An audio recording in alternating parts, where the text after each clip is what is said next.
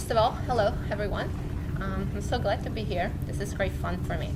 So you're going to Florence. It's going to be a great time. So I'm very happy to share with you what I know about it and I guess my passion for the city as well. Hopefully that'll come through this presentation. So obviously you can see the title, Building Renaissance Florence.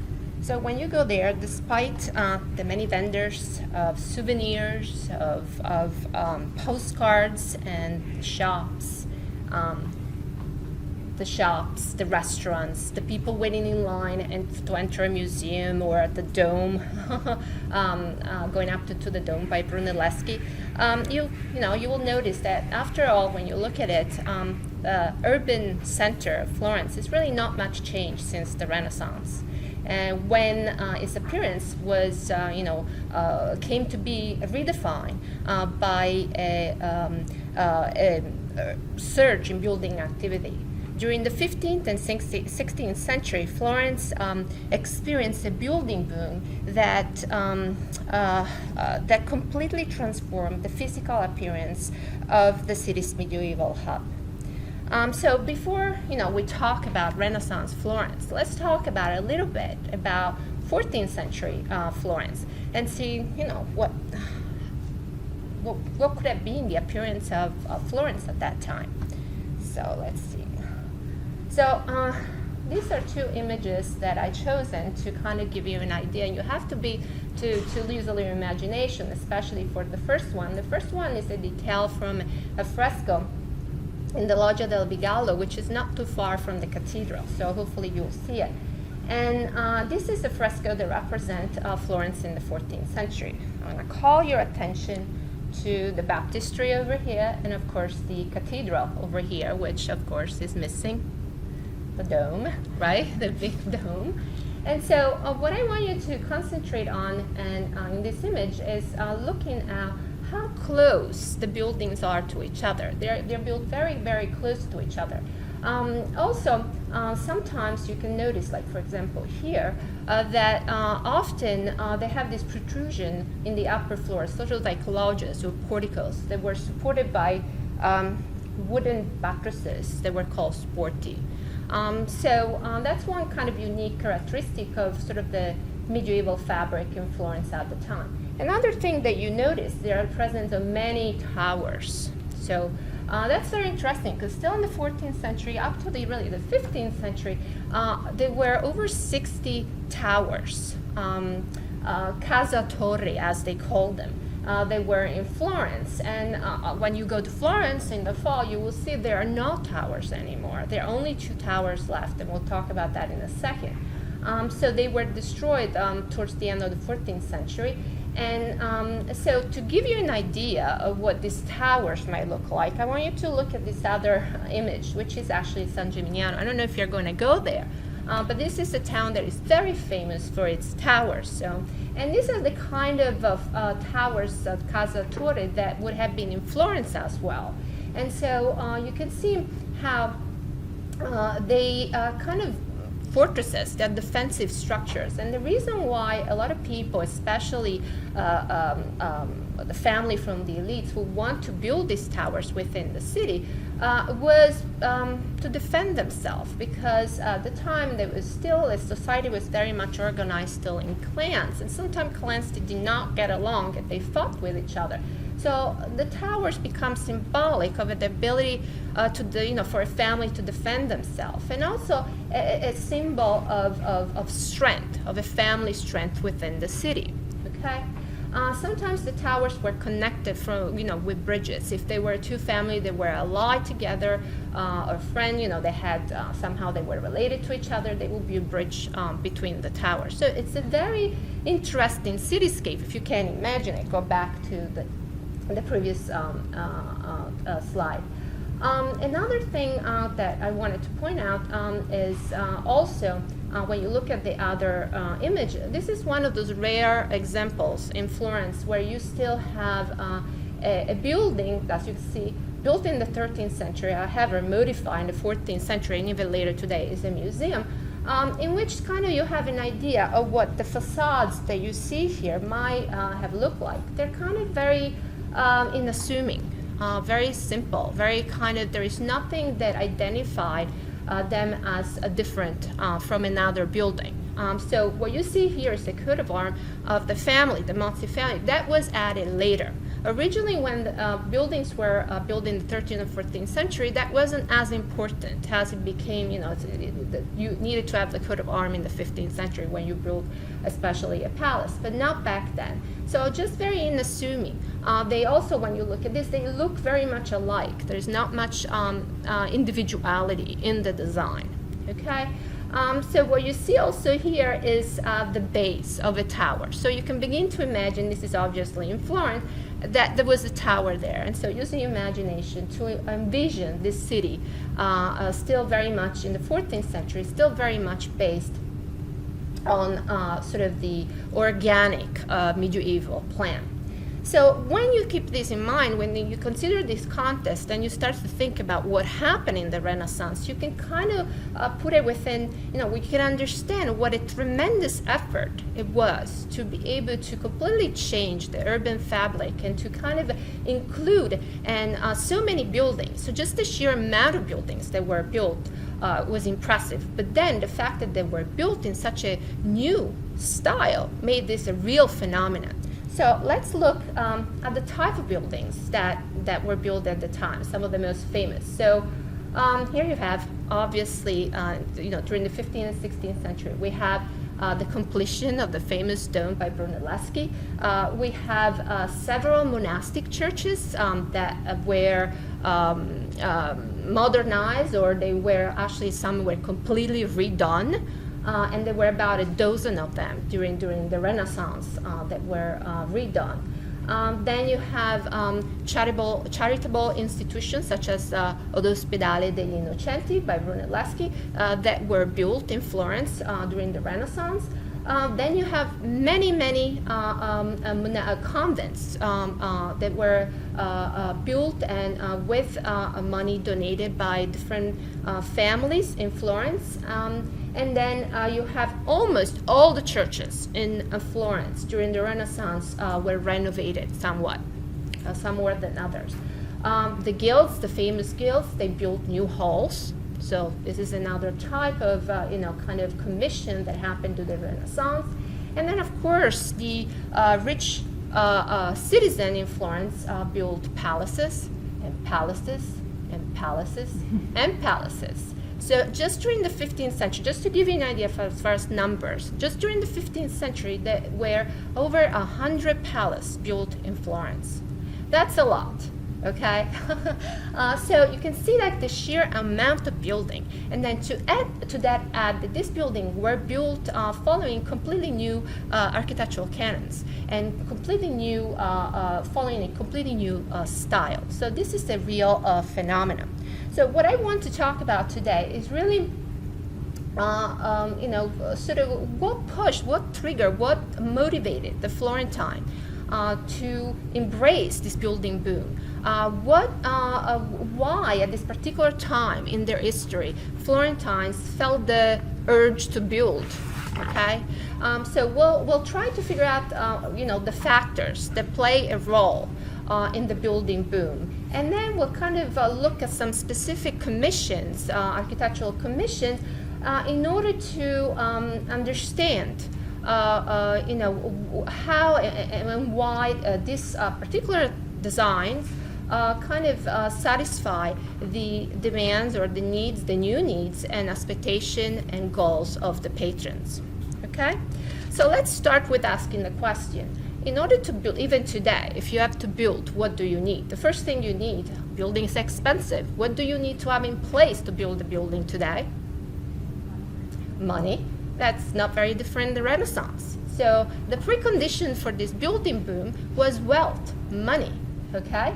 And this was the 15th and the 15th and 16th century were centuries that were times in Florence, very prosperous times in Florence. Florence was one of the leading city-states in Italy, and also had a very strong economy based on banking and the manufacturing of textiles. So There was a lot of money in Florence, and this strong economy supported a very florid artisan class, where there were skilled workers that associated themselves in guilds. They were very powerful at a civil level, and they were also very rich.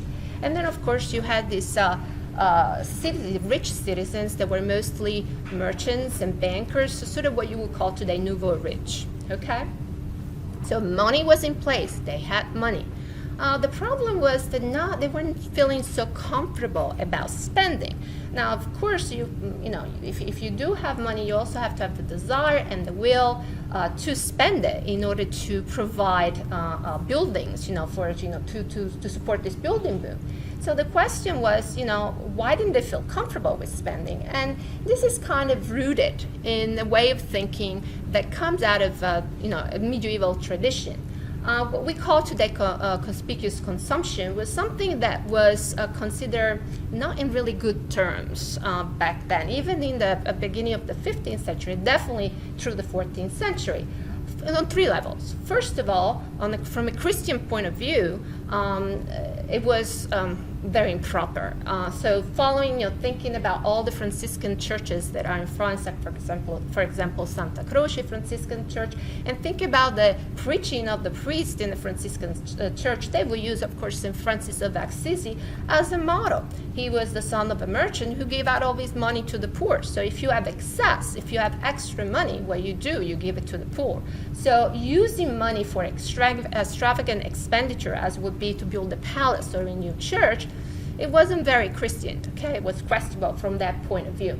Second point I want to make is that from a personal point of view, it was considered a little bit dangerous because if you show off your wealth, people will become jealous and they might attack you, they might do something bad to you. So to put it in the words of a 14th century citizen of Florence, he say, spending a lot and making a big impression are in themselves too dangerous. Okay, so that was another point. The third point that I wanted to make, that actually there were sumptuary laws in place throughout the 14th century that kind of made this extreme spending almost illegal, and they were civic ordinance that control the way people built. So in other words, you could not build a palace that was bigger or more decorated than another one. Everything had to be kind of similar and sort of within the same budget. So no one could show off more than another. So in order for the building boom to happen, this attitude had to change. Yes, people had money, but unless they spent it, nothing was going to happen, right? So why the change? Why this attitude change? So the change of attitude has to be really placed within a larger context, a cultural shift that happened starting in the 14th century, what we call humanism. So humanism was really an intellectual movement that redirected the attention from religion and God to the secular world, and especially to the agency of human beings, whether individually or collectively, in the world. All right. So one basic thing, very important to humanist thought was the revival of antiquity, of the culture of antiquity. So one might say that in reality, the Renaissance people really rediscovered the secular world and the secular pleasures in the secular world through sort of a rekindling interest in the culture of antiquity. So in other words, because of this revival of antiquity and the thought of and the philosophies of the great ancient philosophers, the writing of Aristotle became popular again, and particularly there is one thing about Aristotle's the theory of magnificence, and he basically explained in this theory that was embraced by the humanists and very much liked by the Florentine, is that wealth should be displayed. In fact, is the sort of the responsibility, or almost the civic duty of a rich man to display his wealth. Okay, so all suddenly, things became starting to change, where it wasn't anymore something improper to show off your money and build buildings and buying things, but it kind of was okay, beginning to be okay. Another very important thing was this time that was brought on by humanists was sort of almost a moral justification for wealth, where they point out whoever was building, a beautiful palace or a new church was really benefiting the old city, was beautifying the old city and benefiting all the Florentines, right? So it was okay to do that. So obviously this justification and explanation, this sort of theories of magnificence that were becoming again popular during the Renaissance, obviously created a shift of attitude towards wealth. So all suddenly it was okay to spend, and to spend largely as well. So now that we have assessed that there was money in Florence, it was okay to spend money, let's talk about patrons, about buildings, and about the architects that built them. Okay? Let me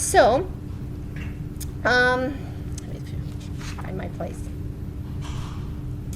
So, as I said, this was a tremendous effort, and all the citizens participated in it, right? So let's start to talk about the guilds, the very powerful guilds. And so they had a big role as patrons of the arts and patrons of architecture. And so we have here some examples of their patronage in Florence at the time. And so, as you know, the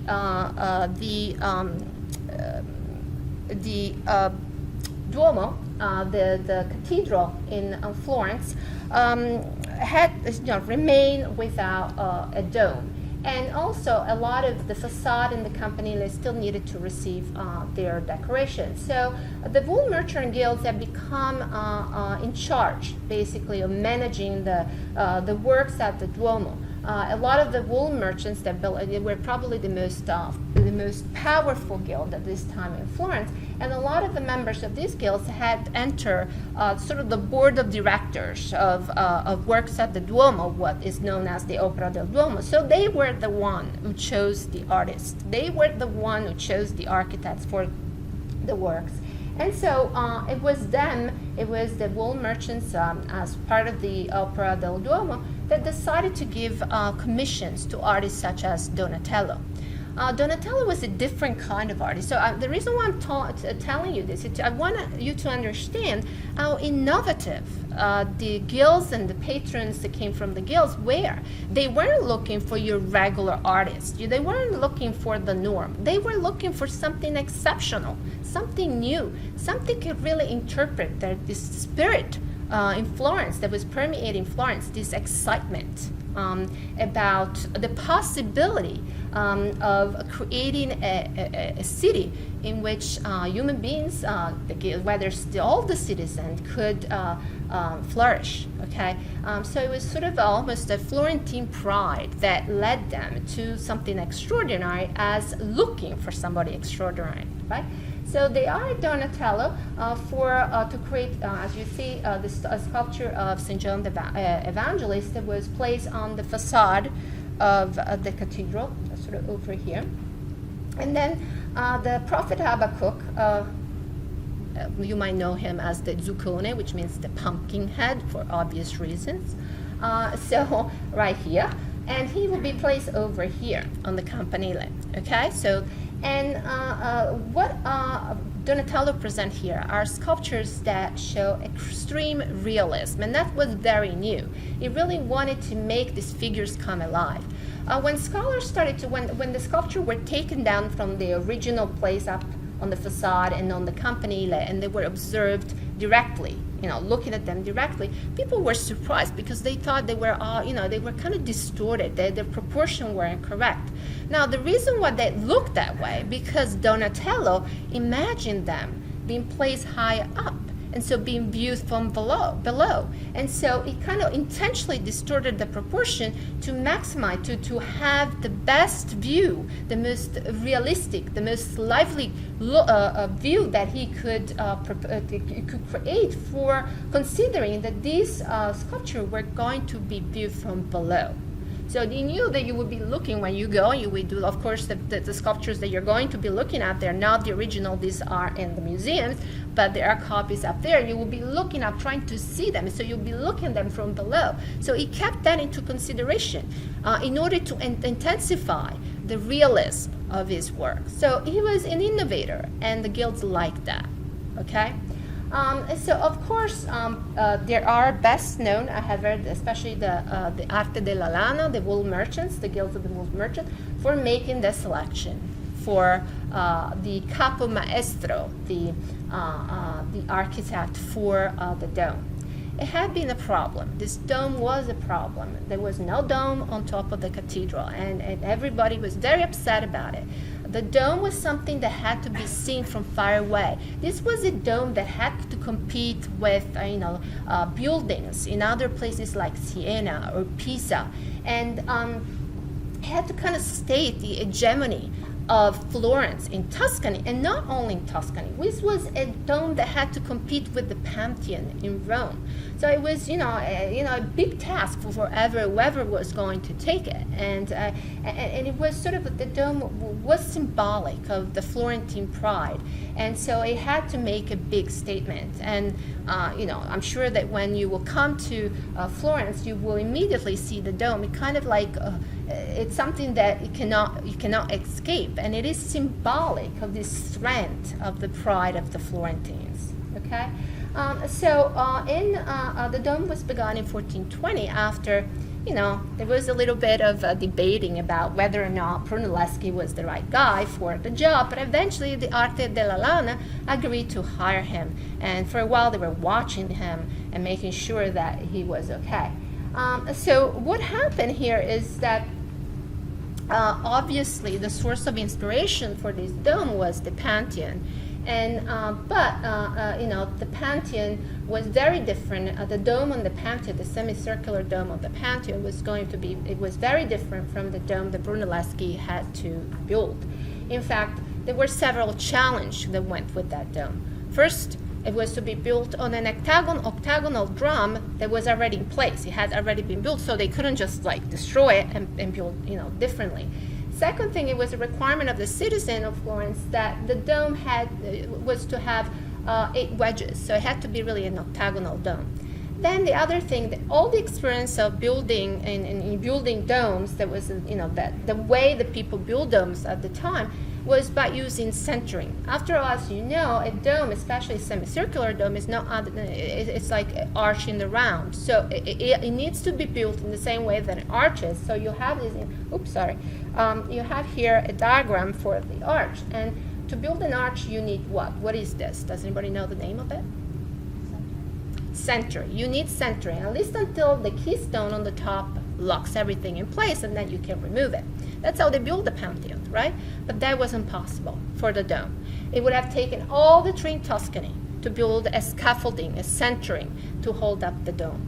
So the problem was how to build a dome without centering, a dome where the architect somehow could come up with an idea to control the downward and upward forces that would have caused the dome to collapse.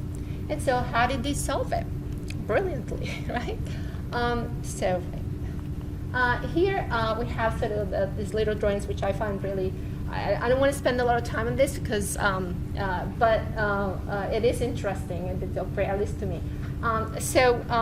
Here, his strategy was to first of all use bricks, which were, bricks are lighter, lighter material. And second thing, because the goal was to build a lighter dome and a self-supporting dome. So he decided to use bricks because we're lighter, and he kind of built a double shell dome, basically, where he kept between, in the thickness of the 2 shells, he constructed this skeleton, this structural supporting skeleton that was made up of ribs and rings. And then in the inner shell, he also embedded 4 sandstone chains. You can see them here, 1, 2, 3, and 4, and 1 made of wood. And they were locked using these latches that he made in metal. Okay, so how innovative, how clever. And then in addition to that, he had to figure out how to build up this, how to actually place the bricks and in rings onto the dome without the bricks falling in. So he uses this very creative, this very amazing system, self-supporting system for applying the domes, this herringbone pattern that basically creates this spiraling pattern that goes all the way up to the dome. And it basically construct ring by ring, the dome rises ring by ring, but each ring is kind of built in section. And the bricks are held in place by these vertical and horizontal bricks. Think about books on a bookshelf held in place by bookends. So in section, every ring was composed, and then ring by ring it raised up. Okay, the old dome. It took forever, but it was worth it, and you'll see that when you go.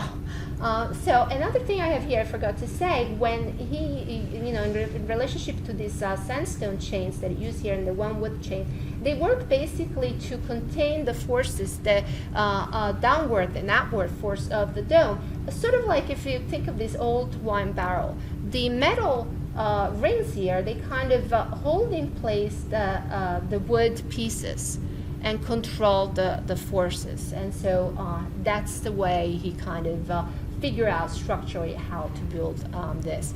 I highly recommend it. I don't know if any of you has already been, but when you go, make sure you take the walk up all the way to the top, because the beautiful view. But I think it's even more interesting because if you get, if you look carefully, sometimes you can see some of the rings as they were, they kind of emerged through the masonry armature. So very interesting to see, and especially for the engineers here, right? So another commission that was given to Brunelleschi by the silk merchant guilds. Again, the guilds, right? The power of the guilds, very wealthy, very civically involved. They hired Filippo Brunelleschi to design l'Ospedale degli Innocenti. That was begun in 1419. Before we talk about that building, I wanted to mention another thing to you that I think it's important to know when you go to Florence. So the idea, the silk merchants here saw the Brunelleschi building as a first step towards something a little bit bigger. They were planning. Of course, it took a century to complete, but the idea was to create an open public space lined with beautiful buildings. So the attempt was really to regularize or rationalize a part, a particular area in the city.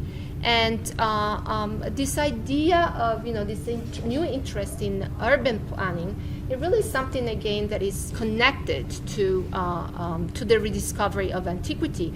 And Florentine and patrons and architects were looking at the ancient cities in Rome and so forth. And you know how Roman cities specifically are planned with the grid. There is a sort of a logic, a rationality to their planning, and they saw that missing in this sort of the mingled or sort of disorganized medieval planning of Florence, and they tried to address that by incorporating this large, attempting to incorporating this large open public area.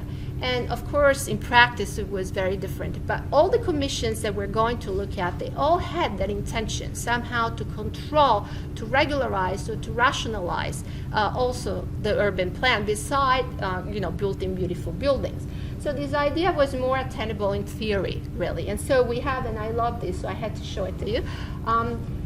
We have this the emergence of a genre of the type of painting of utopian city or ideal city. This is attributed to Luciano La Rana. And you can see that idea here, perhaps a church and an open, this is a detail, but here we have possibly a church,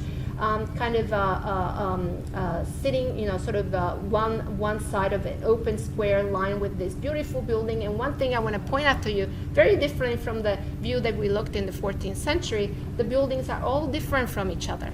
They're very individual. They show off the individuality of their owners.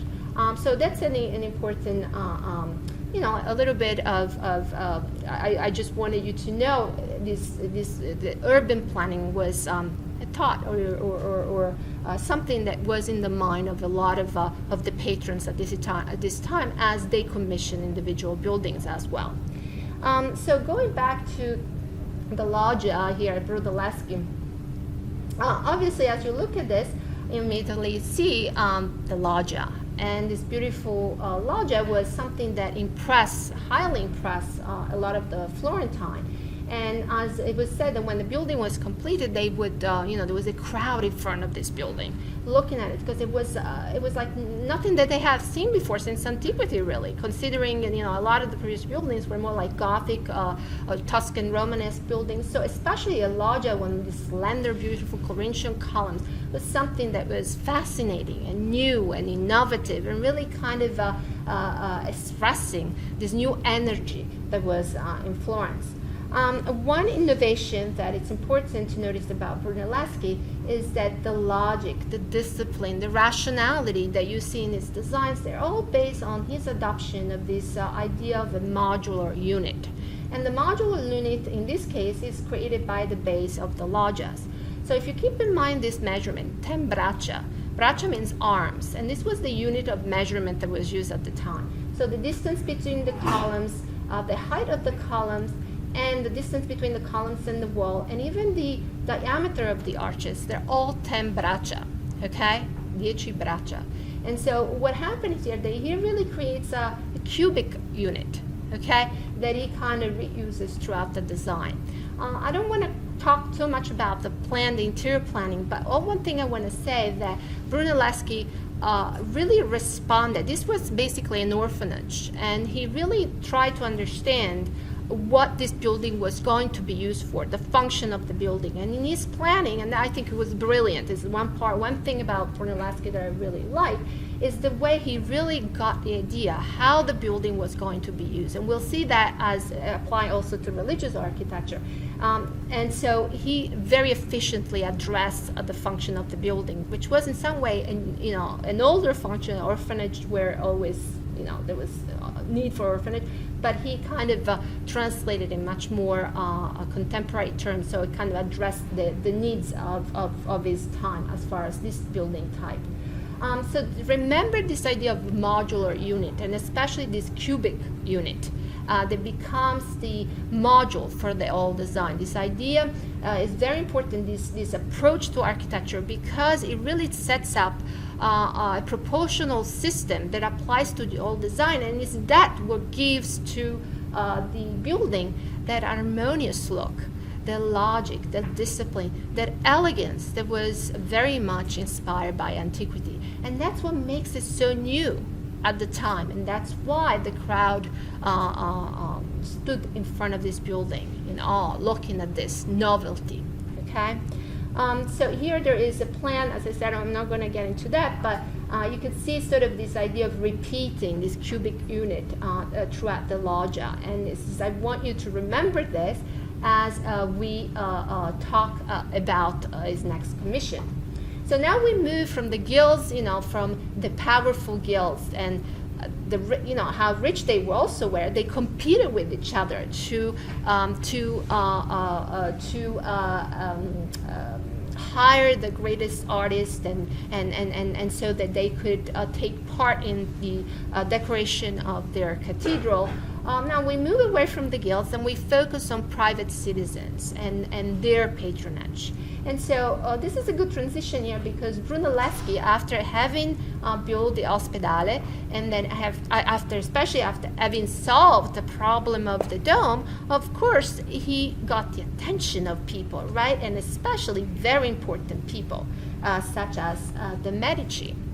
Okay, we can't talk about Florence in the Renaissance unless, we have to talk about the Medici. And I hope you have a little background in it, but otherwise, hopefully, you got it.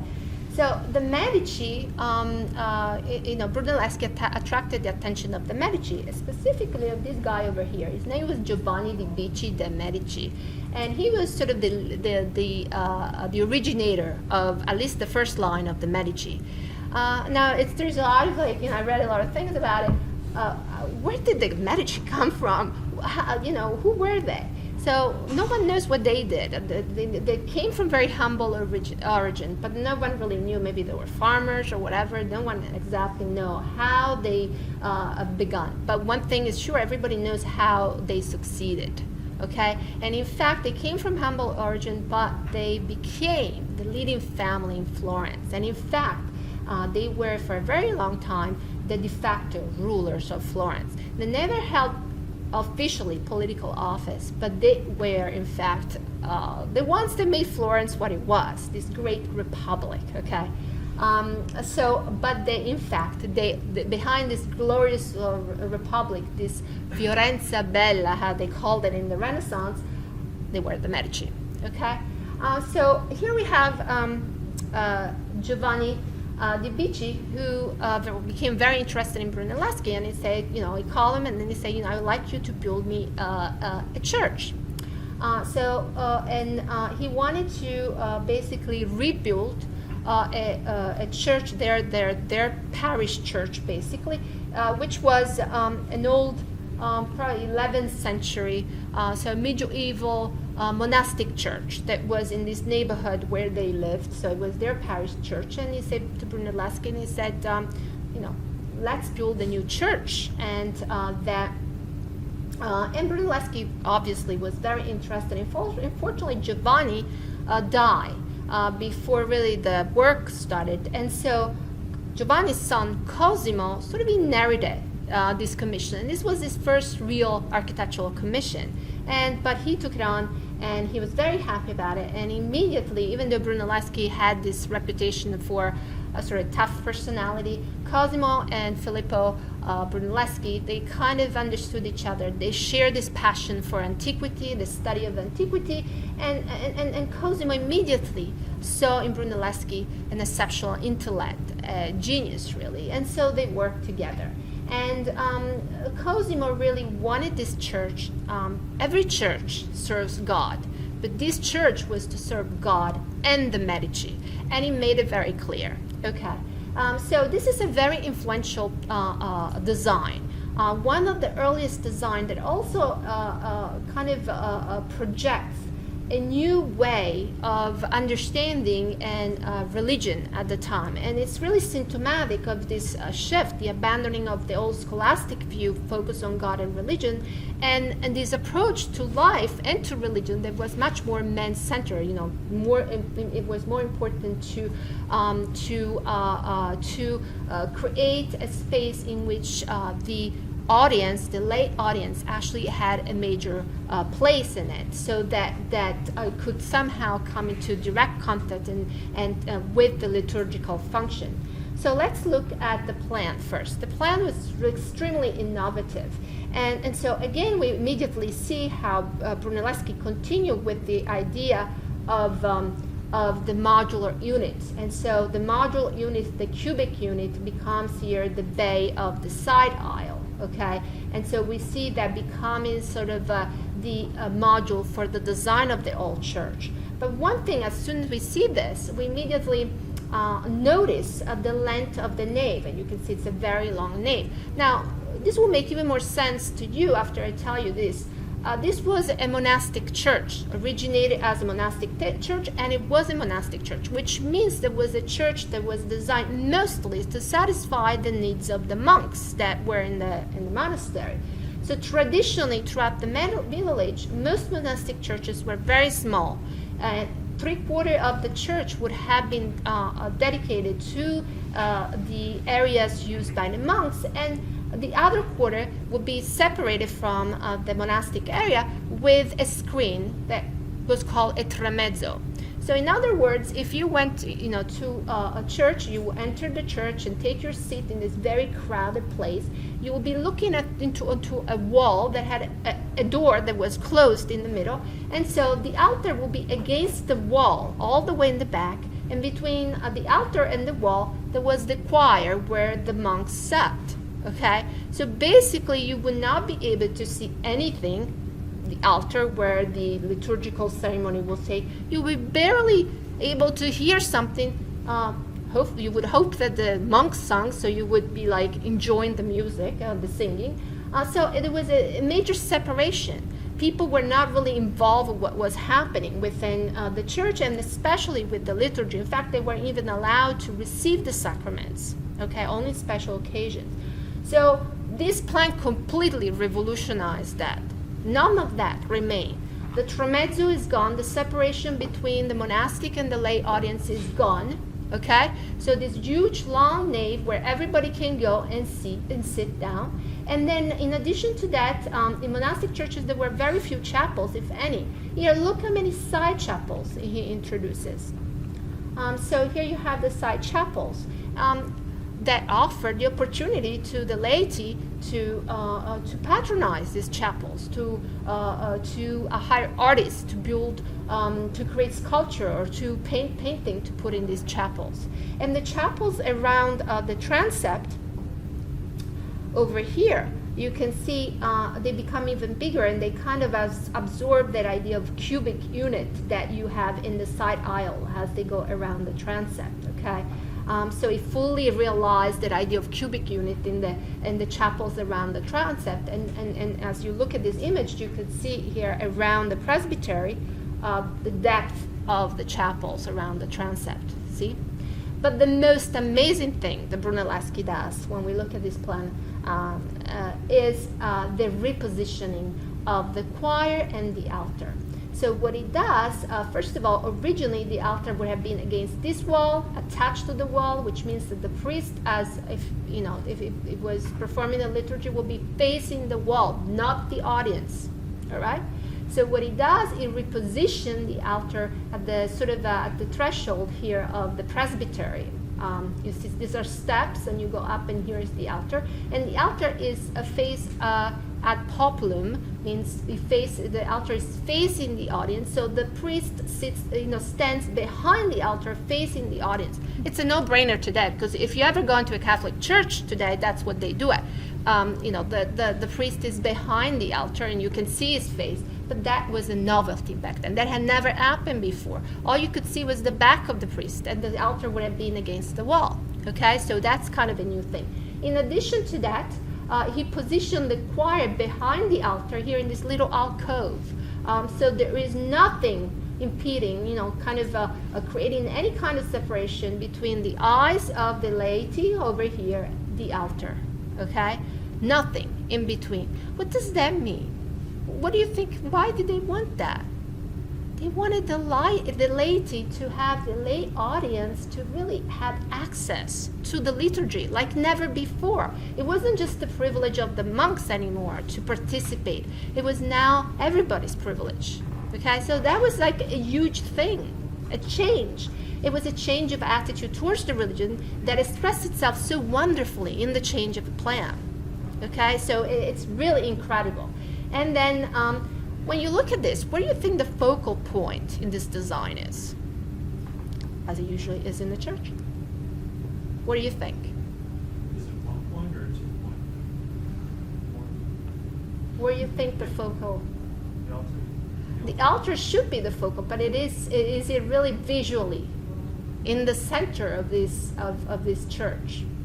It's moved back, right? You would say that here's the transept, here's the nave, so the crossing here, what we call the crossing, is usually the center. That's where the dome is. Above that, there's a dome. And what is in the middle here?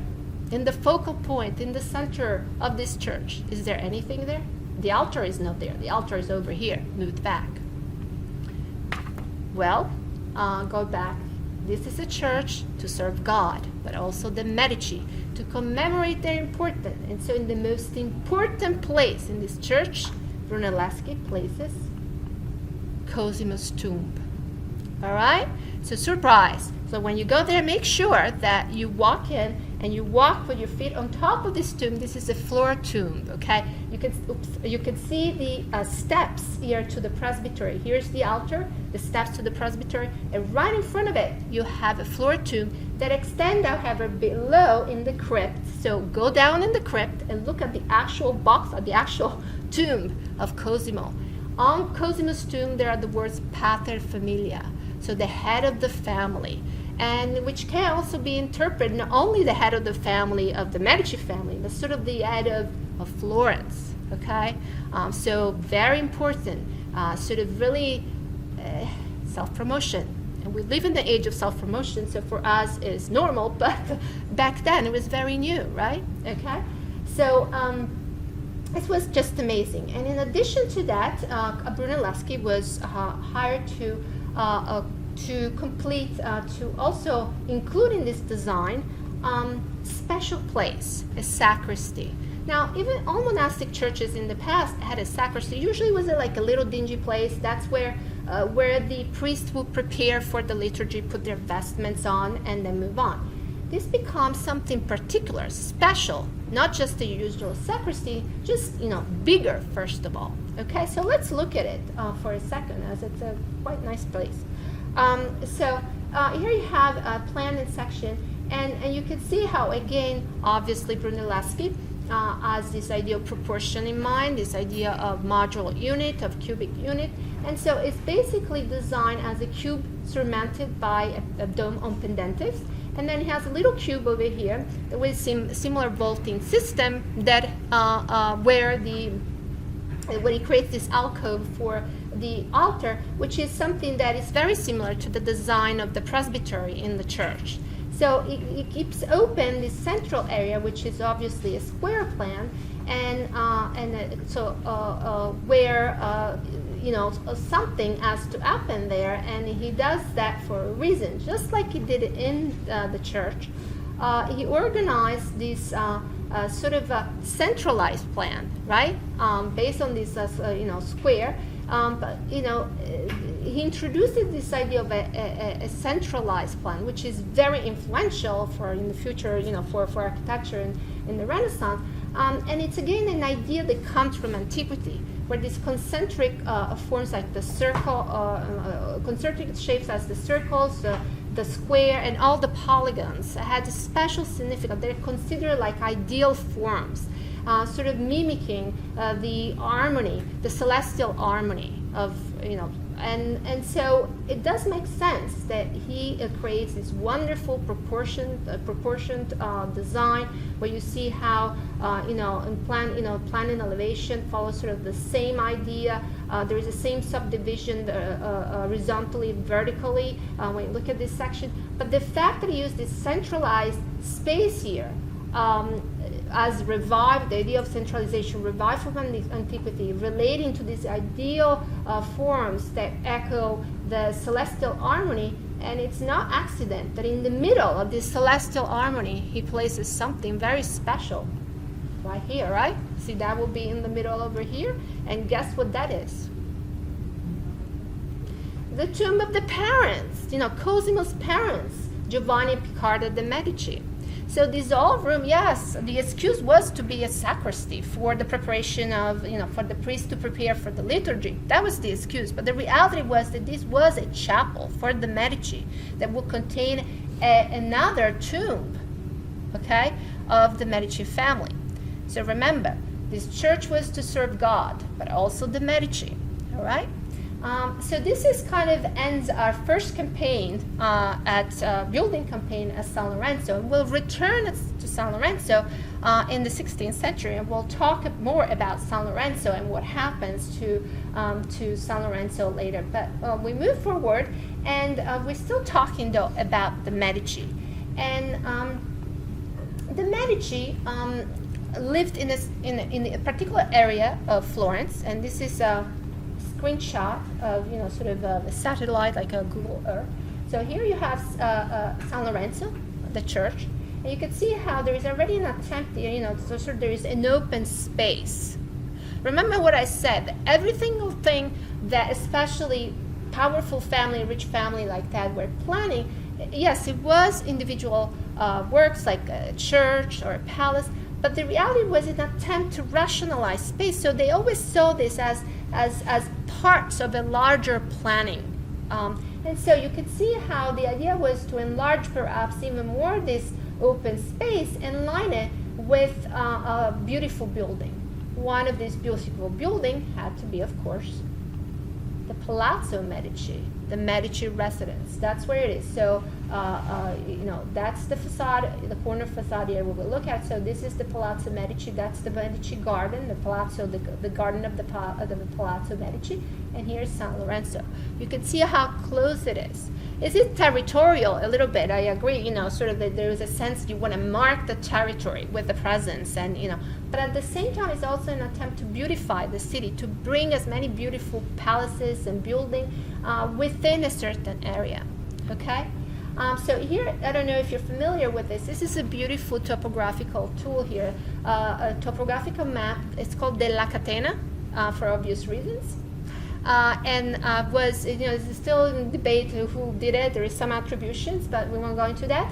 And it dates 1470, so it gives you an idea of 15th century Florence. And here I circled this area basically over here, so you have an idea what this area looked like, or you could see how there is a lot. The city was much smaller. There's not so much building behind, but here's San Lorenzo and the Palazzo de' Medici as well. So I want to talk a little bit about the palace. Here it is, Palazzo Medici. Okay, you have to go there. So designed, but actually the original commission was given to Brunelleschi. For a way or another, somehow Brunelleschi was getting old and he was busy, and somehow perhaps was doing something too different, and so eventually commission passed to Michelozzo di Bartolomeo. And so let's see here, like 1445, keep in mind that date. And so the palace that you have sort of an aerial view of it, so you have a sense of eventually the palace, when it was built, it was a little bit smaller. And the reason why it's called Palazzo Medici Riccardi, I'm sure you know, because eventually the Medici sold the palace to the Riccardi, and the Riccardi felt the palace wasn't big enough, so they added a piece to it. But this was a palace that was designed following these new trends in architecture, in residential architecture. And so, of course, it was the first of its kind, and set a model, really, in Florence, in 15th century Florence, as far as what a rich man wants as his own house. And so it sets a model that then it's imitated by a lot of other wealthy merchants and bankers such as the Medici. So it's something to watch as like you want to know this palace very well, so that when you look at the other ones when you are there, you'll be able to kind of see the similarities and differences as well. But mostly you will see them, almost all the palaces, most of the palaces in Florence follow this model, except for one, and we'll talk about it. So here, first of all, as you know, as I said, the Medici were and Cosimo specifically was very interested in the discovery of antiquity. He surrounded himself with humanists and artists, and he was very interested in learning more about antiquity. And so it makes sense that in the planning of his house, his own house, which, by the way, I forgot to say this, in order to build that palace, Cosimo bought out about 20 smaller houses and then destroyed them in order to make the space for this huge palace. Okay, so think about money and the expense of doing that. Okay, not only the building, but also the acquiring of the properties, and then taking them down to make the room to create this. And then of course he was very interested to bring to the design these new trends that were all inspired by antiquity. So here we have a reconstruction of what a Roman house. I'm sure you're very familiar with this. So there are two things that I want you to remember to look at. One is the atrium. Okay, so you have the atrium here, the entrance and the atrium of the Roman house, and then you have here the peristyle with the garden in the middle. So remember these two, this atrium and the peristyles, and look at the way these ideas are combined in the plan of the Medici Palace. So here you enter, okay, and you are entering, into this beautiful courtyard, open courtyard, characterized by this arcade on the ground floor and a loggia on the top floor, looking down, open and looking down into the courtyard. The atrium in the Roman palace is the place where life takes place, right? It's the most intense, the most lively place in the Roman house. So this courtyard was kind of like a private piazza for the Medici, right? So that's where life took place. It was a very important central to the design of the house. Then we have the idea of the peristyle kind of expressed himself with this, the idea of columns for this arcade that goes around the ground floor.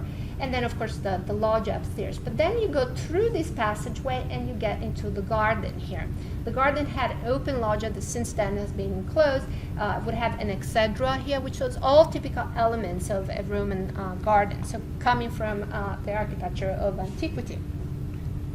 Here is the courtyard, right? As is today. And this is the beautiful garden. The garden is just amazing. And the garden would have sculptures and kind of reliefs and of course plants and so forth. And the courtyard too had this beautiful, graceful colonnade and an arcade with these beautiful columns. The way he addressed the meeting of the arches here, Palazzo does a really good job here. And then of course this decoration. Now one thing that I wanted to call your attention to, beside the theme, from antiquity of some of these roundels here, but we have this kind of design. Anybody knows what that is? Have you seen that before? Yes.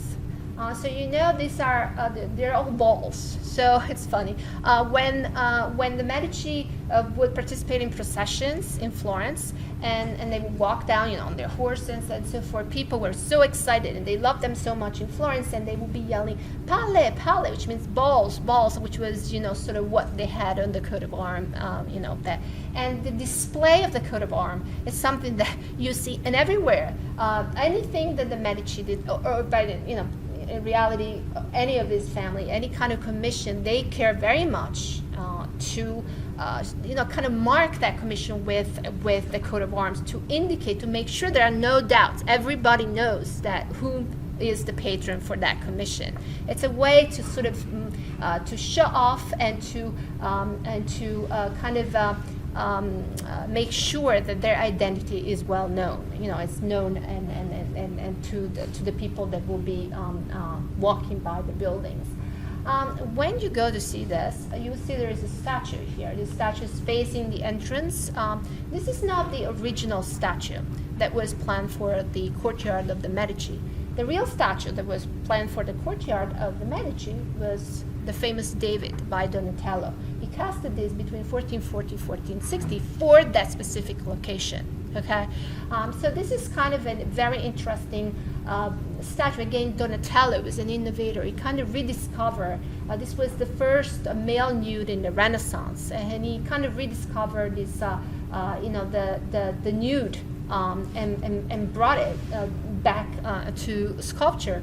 And the fact is, though, that you would, considering the inspiration for antiquity, you would expect this to be sort of a Greek god or a Roman god or something like that. But this is not. This is a biblical hero. Now, a biblical hero, David, I don't know if you are familiar with the story, but David killed Goliath, and you see Goliath's head right down here. And so he was sort of a prince, a Jewish prince that fought this tyrant, this huge tyrant, right? So the fact that Goliath was a tyrant and David, beautiful David here, was sort of fighting tyranny, makes him not only biblical hero, but also a symbol of republican spirit. So David somehow became a symbol of Florence, of republican Florence. So do you think it's okay for the Medici to take on, to appropriate themselves of this symbol of David, of republican spirit, and then put it in their own place? It's kind of like a little bit, right? It's just, but that's what the Medici did, because they felt by doing this, they felt entitled to that, because they felt they had such a large part in making Fiorenza Bella, the beautiful Florence, what it was. They had a large a part in creating this new Florence, and so they felt that it was okay. It made sense to have this symbol of Florence within their palace. Funny story here. So, as I said, the David was facing the entrance. So, when you went, if you were invited to these great parties that they had at the Medici Palace, especially in the summertime, you'll be going into the garden. That's where the party will be taking place, and there will be dancing and drinking and eating, and very late at night you'll be leaving the garden to go home. And the view of the David that you will be, we will see as you leave would be this one from the back.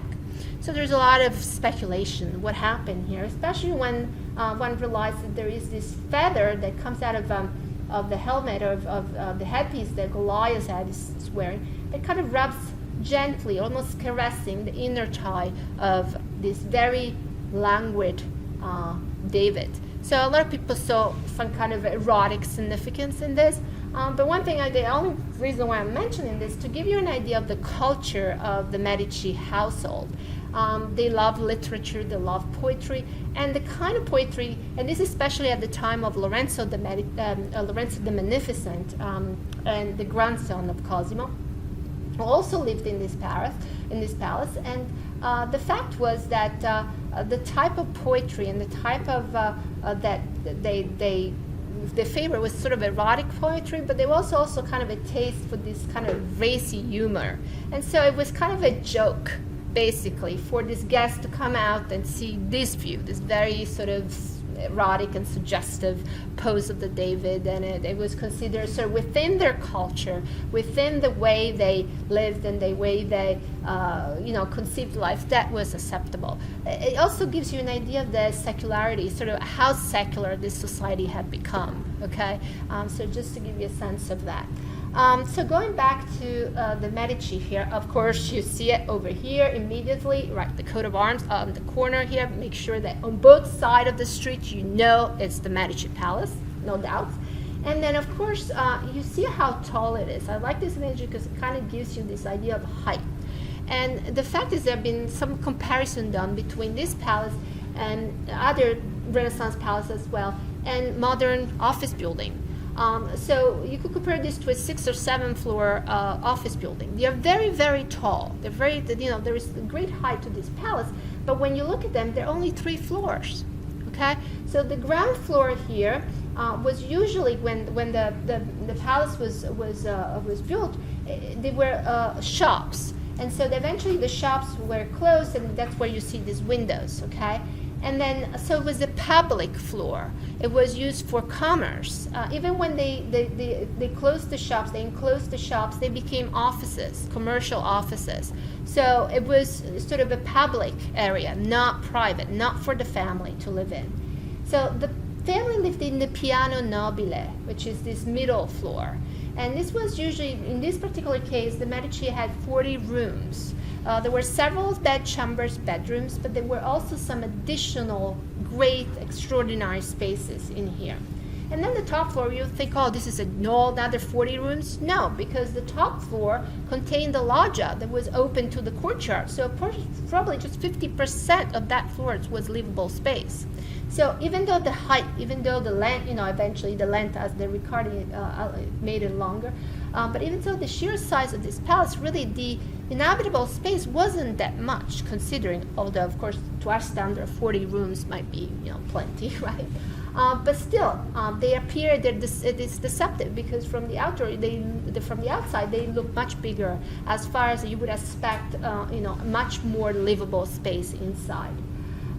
So, as I said, there were several bedchambers, but they were also included in this design some very exquisite spaces that were very new. Okay, one of these was the chapel, the chapel of the Magi. This was incredible, a privilege to have a chapel in a private palace. It was one of the first instances, really. And in order to have a chapel, you had to have a papal dispensation. That's how hard it was to receive the approval to have a chapel. So why would, and then of course you had to maintain a chaplain, somebody that, say mass in the chapel, and then of course maintain the chapel, so the expense of it. So it was a privilege that was not only, of rich men, but also men that were very well connected with, the Vatican to receive this permission, special permission. And the other thing was, though, that we see here when Cosimo commissioned this, that is a chapel is small, but it's fully decorated. okay, with this beautiful fresco by Benotto Gozzoli. And so if he was going to decorate a chapel in a church like a San Lorenzo, he would have never been able to do it so over the top, okay? There would have been some rules that would restrict his, like over decorating or showing off, by decorating the whole thing, showing off his wealth, and so it had to be contained. But in the privacy of a palace, in the privacy of a chapel, he could do whatever he wanted. No one was going to control anything. So he gave in, right? He really went and did a beautiful job. And he hired this painter, Benotto Gozzoli. And you can see how there are still some international style type of, some details that go back to the way, to sort of an older way of depicting imagery. But there is also something very, very new. And it's an attention to portraiture. So within this fresco, they represent the procession of the Magi. So again, sort of a religious theme. You would have the Magi and sort of a procession of people that included some religious figures, some, but also contemporary people, contemporary figures. And so part of this procession, we have these figures over here. Here is Cosimo, a little bit old, right? Looking old. Here's his son Piero, and here are his grandchildren Giuliano and Lorenzo the Magnificent. So is that an acceptable thing? Is it acceptable to include in really a religious theme that as the procession the Magi, to include contemporary figures and secular figures like the Medici? So, and again, this was a way to state, I guess maybe the Medici were thinking if we were living back then when the procession took place, they would have invited us, right? We would have been part of it, of course. And so, it's kind of interesting that Cosimo, even in a religious setting, feels the need or takes on this opportunity really to again display his status. One thing I wanted to mention is that as we have this rise, this new interest in domestic architecture, we also have a new interest in portraiture as a genre of its own. This is 15th century and the 16th century even more so. So it kind of goes on, they're kind of parallel to each other, because if we're thinking of building palaces as a way for a rich individual to sort of make a statement about his wealth, his power, and so it was important that he also left records of who he was for the future generation. So portraiture was important, and not just as a way to record the likeness of a person, which definitely was necessary because you wanted to know your rich uncle, how, what he looked like. But at the same time, these became tools or a way to commemorate specific virtue of people in this period. So here I have very quickly, I want to show you some of the portraits I like. These are from the 16th century, and these are portraits that were all commissioned by Cosimo I. Now, as I said before, there were two lines of the Medici, the first line and the second line. The first line ended with the assassination of Alessandro, and then Cosimo I came in as a second line of the Medici, still a Medici. But for him, it was very important to establish his connection to the old legacy and also establish and solidify his new dynasty. So here we have him celebrated as, the head of the family, but also for his military prowess, as a military man, as a leader, okay? And that's his beautiful wife, Leonora di Toledo. She was a Spanish princess, and she married Cosimo, and she is celebrated or commemorated here for her beauty, for her class, for her upbringing, and also for being a mother, because it was very important that there were other members, that the dynasty will, grow with new members. And so here she's celebrated because of being a mother. She had very many children, one of which was Giovanni, who became a cardinal in Rome. And here there are some other, this is one daughter, Maria, celebrated for her beauty, even though she died young. But you can also be celebrated or commemorated for other virtues, even both men and women. And this happens in this time. like, for example, erudition, literary talent. And so we have the portrait of Ugolino Martelli, who was an associate of the Medici, here surrounded by all these symbols of classical antiquity, kind of relating his interest and his knowledge of antiquity and his erudition about antiquity. Going back to the palace, we have the typical division here of 3 string courses, 3 bands. We have heavy rustication on the bottom, as you see here, sort of the left over, I guess, from the need for defense that had been of the Casa Torri. Remember we talked about that. But then the rustication decreases, the stones becomes much lighter and more polished, and then the lightness, the effect of lightness is reversed by this huge cornice.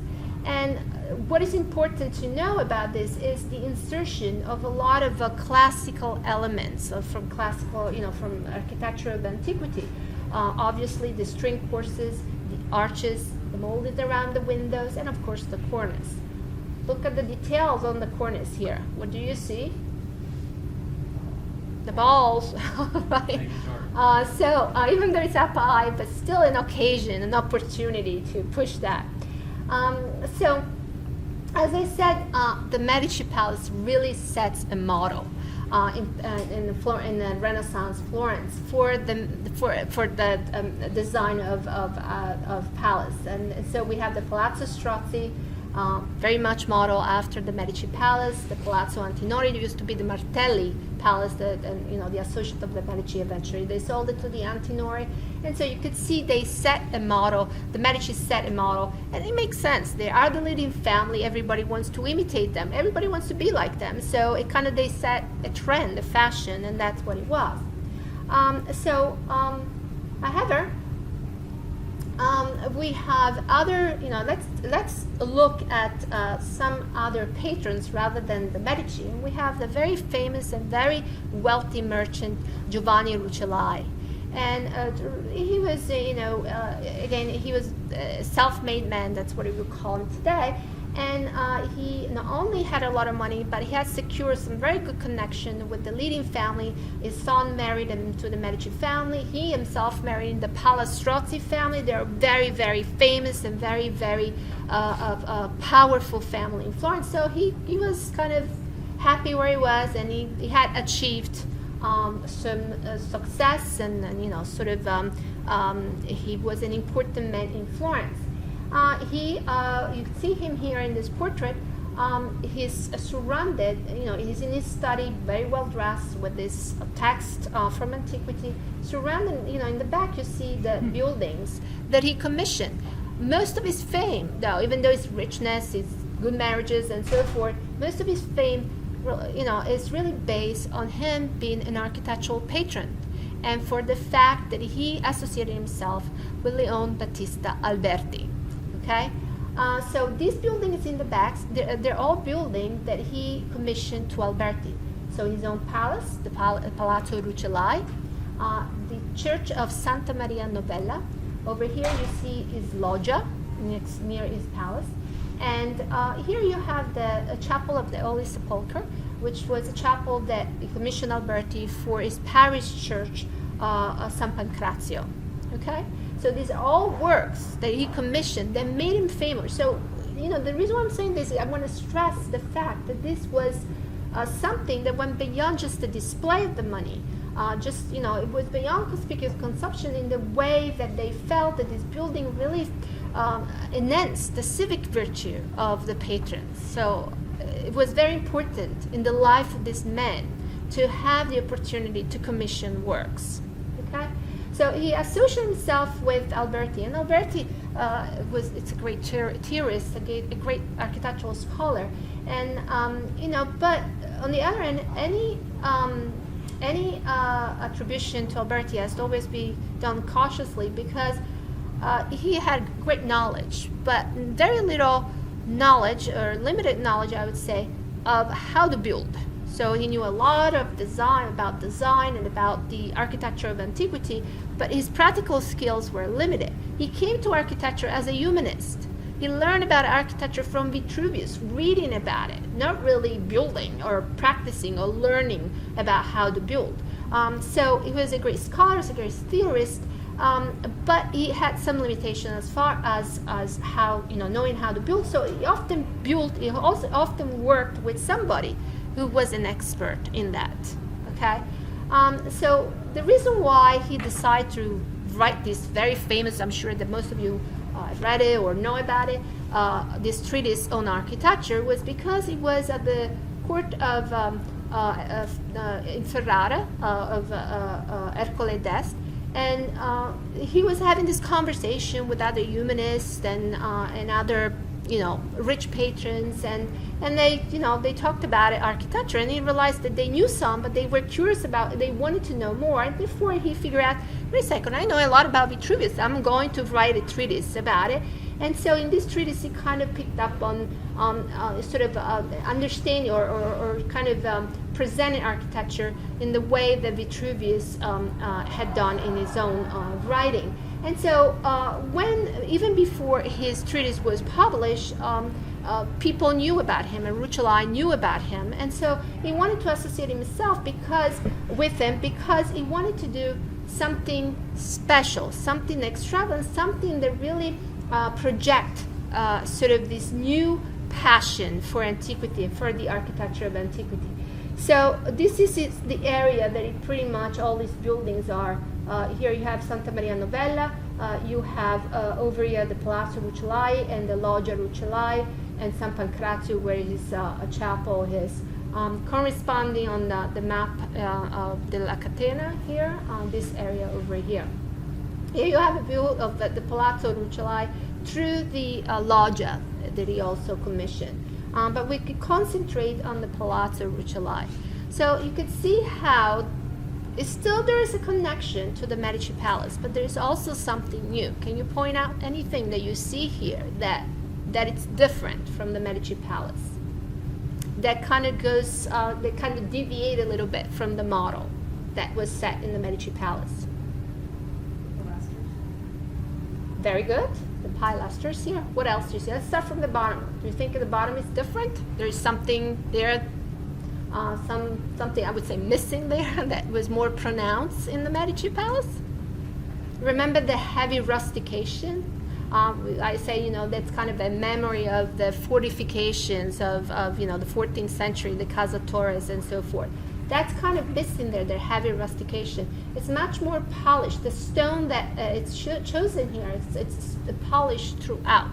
We still have the 3-string courses, so that's similar. The cornice on the top.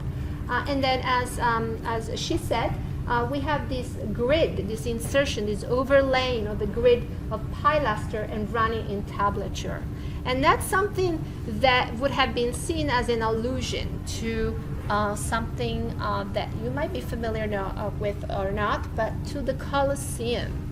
So a direct allusion to something that was, directly from Roman architecture, the Colosseum. So that kind of, this grid was basically overlaid of the masonry, over the masonry. You can see here that we have the coat of arms as well. One thing I forgot to say was that you can see there is, the palace isn't finished. You can see how it kind of ends very abruptly there.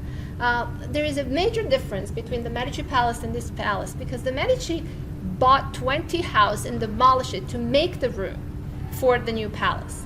The Rucellai, what Giovanni Rucellai did, he owned the houses but did not demolish them. He kind of figured out, I wanted to put all my money on the facade. And so he tried to unify the facade of all these different palaces, of the different houses, I should say, that he had acquired, with this new facade. So this veneer basically that cover the old ones. And so the idea was, as he acquired more properties on the same street and on one next to the other, he would have extended the facade. Clever, huh? And so, but obviously he didn't. In fact, right before he died, he almost lost all his money. So he couldn't do that. And when you will see it, you will see it like that. So of course, the presence of the coat of arms here, Rucellai. What I love, and I want to bring to your attention, there is something else here, a little relief, sculptural relief here. Can you see what it is? 5. Say that? 5. Fire? No, I guess it's hard to see. There are sails, like the sails of a boat on a boat. Why? The sail of fortune. And Giovanni Rucellai knew very well that he was where he was. He had that palace because he had been a lucky man.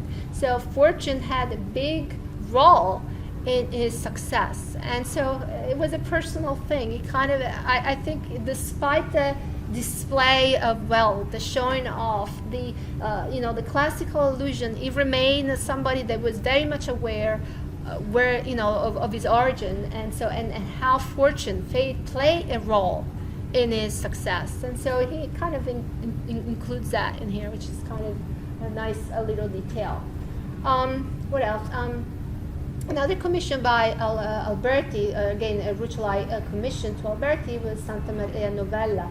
And this is just a gorgeous church, but again, this was a facade. It was originally, there was this very old, unfinished really, church. The facade remained unfinished, and it was a sort of a Tuscan Gothic Romanesque style. So the problem was to integrate these obviously Gothic details within a scheme that had to bring some kind of classical elements to it. So he created this facade, taking advantage of sort of trying to insert somehow this idea of polychromatic revetments. And so, he uses these kind of elongated arches here to deal with the verticality. And he tried, with the revetment, he tries to regularize it so that it becomes a little more logical, more rational. It includes elements such piers at the end, which are sort of, from the architecture of antiquity, and sort of these pilasters and columns of tall dotted around the entrance. So it tries to include as many classical references as he can in order to transform this facade. But I think the most important thing that he does that gives this facade is sort of the classical, and then the Renaissance, really a Renaissance, it makes it a Renaissance facade, is the way that he used, as Brunelleschi had done, this idea of the modular unit. And for him is the square that basically inscribed the old facade. You can see how he used subdivision, he kind of divides that square in two parts and then in three parts and so forth. And so that becomes it sets a ratio, it's a set proportional relationship that kind of endow the old design with this logic and this order, this harmony that immediately come across when you look at the facade. Okay. Rucellai tried very hard to kind of present a new approach to architecture, especially the architecture of palaces, integrating more of this classical allusion and classical elements, and deviating a little bit from the Medici model. But the Medici model still dominated, and really, again, the Medici were the ones who kind of set architecture, Renaissance architecture in Florence on a new trajectory by inviting Michelangelo back to Florence. And so here we talk about the last campaign at San Lorenzo, where Michelangelo, who had his beginning as an artist, were within the household of Lorenzo the Magnificent. And so Michelangelo loved Lorenzo. It gave him a great opportunity. The first lessons in sculpting that Michelangelo received were by they were in the sculpture gardens that the Medici owned. And there Bertoldo di Giovanni was the curator of their collection and also a sculptor, and he was the one who started to instruct Michelangelo, sort of in sculpting. And of course, quickly Michelangelo surpassed his teacher. But he had a very deep relationship with Lorenzo. He entered his household as a little kid. Okay, so he lived there. He was surrounded by the humanists that Lorenzo had at his court, and so it was very important for him, that upbringing in the Medici, with the Medici. And then the Medici were exiled. Yes, they were exiled, and so they had to leave Florence. And so poor Michelangelo said, "I'm not staying here. I'm leaving too." And that's when he went to Rome. and the Pietà and all that happening in Rome. So he stayed in Rome for a little while, but then he went back to Florence. And surprisingly, the Medici weren't back yet into Florence, and Florence was in a republic, and he created a beautiful David that you will see at the Academy, I'm sure, that for the Republic of Florence. Okay, but then he went back to Rome. And stay in Rome until building, creating the Sistine Chapel and all of that, as you know. But then he stayed in Rome until Lorenzo de' Medici's son became Pope, Leo X. And Leo X, as soon as he became Pope, said, Michelangelo, go back to Florence and go work on San Lorenzo. And so San Lorenzo remained without a facade back then, and it still is today. And but the first commission, the first responsibility for Michelangelo was to design a facade, which was never built, as I said. But we know about the facade from a model, a beautiful wooden model from 1517, and you can see how things are changing. It seems to be, especially in comparison to the architecture, to the works of by Brunelleschi, there was always an interest in maintaining sort of the austerity, the planar austerity of the walls in all of his commission. But Michelangelo starts to deviate from that. He adds so much energy to his work. And so we begin to see in this facade that he's starting to adopt a much more sculptural approach to architecture. There is an intensity in the rhythm of the elements. There is an idea of layering. When things are back, they come forward. There's this idea of layers. And it's all very much inspired by what is happening in Rome, which he knew very well. After all, he knew the Tempietto, Bramante's Tempietto. So this new idea about this sculptural architecture, this much more three-dimensional approach to architecture that had been kind of introduced with the Tempietto in Rome, Michelangelo was very aware of it, and he's the one who kind of is bringing it now to Florence. Okay, so it was a great innovation, and it was a great new way of conceiving architecture that was that Michelangelo brought to Florence, thanks to the Medici again. So unfortunately, the facade did not work out, but he was asked to work again on the Church of San Lorenzo on the interior. So, he was asked to create a new sacristy, which is over here. So this is the old sacristy over here, and the new sacristy from the 16th century was over here. And just on the same tradition of the old sacristy, the new sacristy was. Am I going out of time? You need to wrap it up, like 5 minutes. Okay, so unfortunately, I won't be able to go into much detail with this unless but one thing I just want to say that as far as the new sacristy was that he created this space in a way that was totally new. He energized it by adding this layering to the wall, kind of perhaps in some way violating the planar austerity that had been typical of the old sacristy.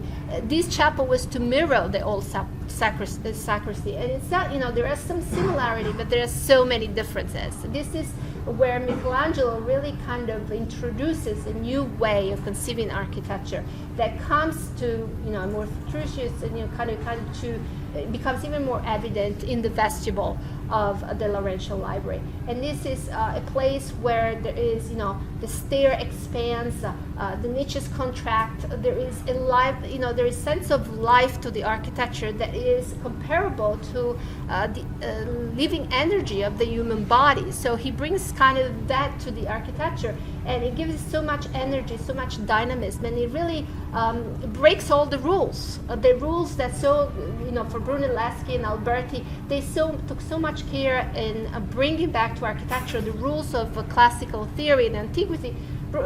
Michelangelo breaks all of that, and it's a prelude to the Mannerist, to the architecture of Mannerists, but then it gives the architecture so much energy as well that is a prelude to the exuberance of Baroque architecture of the next century. So I just want to say in conclusion that the architecture, the building of Florence, really going back to our initial title here, the building of Florence was was a way for the Florentine, for the citizens of Florence. Yes, it started as a way to show off their wealth or status, but it also became it's the first time which architecture is introduced as having the capability of expressing feelings and thoughts and really the concern and the pleasure of a society. And this is perhaps, I want to leave you with that thought. I'm sure that that's something that you would value as you go to Florence and you will visit this beautiful city. And I think September, you're going September, right? Is truffle season. So make sure you taste that with a glass of perhaps wine from Montalcino, like a Brunello. Great. Share with a friend. Have a great time. Thank you. Thank you.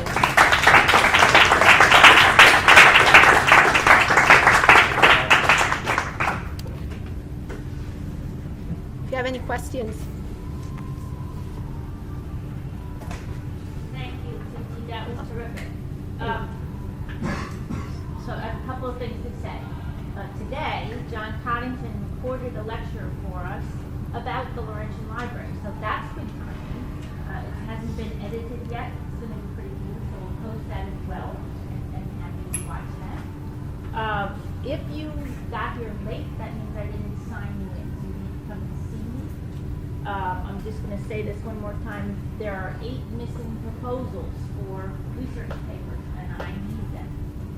I needed them last Monday, but now I need them by next Monday, okay? So, if you didn't do one yet, we're running out of topics. We're not running out of topics, but some of the topics that I had suggested on that sheet of topics have been used up. So if you're thinking about something, maybe you might want to just sort of ask me about it before you write up a whole list. I'll have some suggestions for you. Finally, I have some books that I'm willing to lend. Some of you have already expressed an interest in certain things. So Jake Farmer, Christopher, Han, and Ryan, I have some books for you that you promised to bring them back. Now we're meeting tomorrow for our next sketch session. So Simon's going to tell you a little bit about where we'll meet. Yeah, well, before that though, also, I only have seen 14 sketches submitted so far. So if you haven't done the original assignment, make sure you get that on the website, because I'm going to create it back. But tomorrow we're going to meet in the